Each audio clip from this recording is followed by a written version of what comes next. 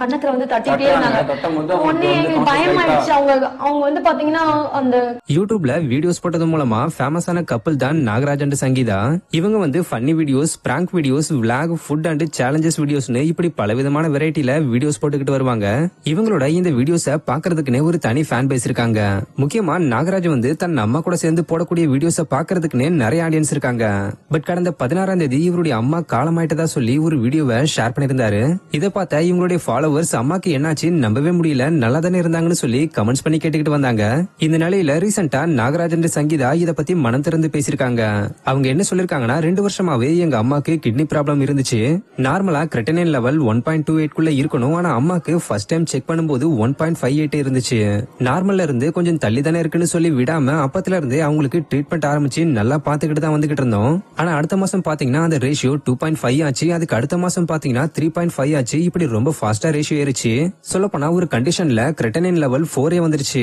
அப்பயே டாக்டர் என்ன சொன்னாங்கன்னா, இதே மாதிரி அதிகரிச்சதுன்னா டயாலிசிஸ் பண்ற மாதிரி ஆயிரும்னு சொல்லிட்டாங்க. அப்பயே நாங்க இதை கேட்டு கொஞ்சம் பயந்துட்டோம். ஆக்சுவலா எங்க அம்மா நார்மலாவே உப்பு அதிகமா சாப்பாட்டுல போட்டு சாப்பிடுவாங்க. ஃபுட் டயட்ன்ற ஒரு விஷயத்த மெயின்டைனே பண்ண மாட்டாங்க.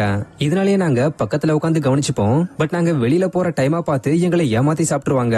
இப்படியே பண்ணி ஒரு டைம் என்னாச்சுன்னு பாத்தீங்கன்னா, சாப்பாடு உள்ள தங்கவே இல்ல, வாமிட்டா எடுக்க ஆரம்பிச்சிட்டாங்க.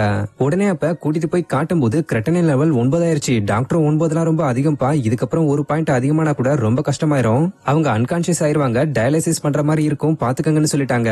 ஒரு நாள் அம்மாக்கு ரொம்ப சீரியஸ் ஆயிருச்சு. அதனால ஹாஸ்பிட்டல் அட்மிட் பண்ணி டயாலிசிஸும் பண்ணியாச்சு.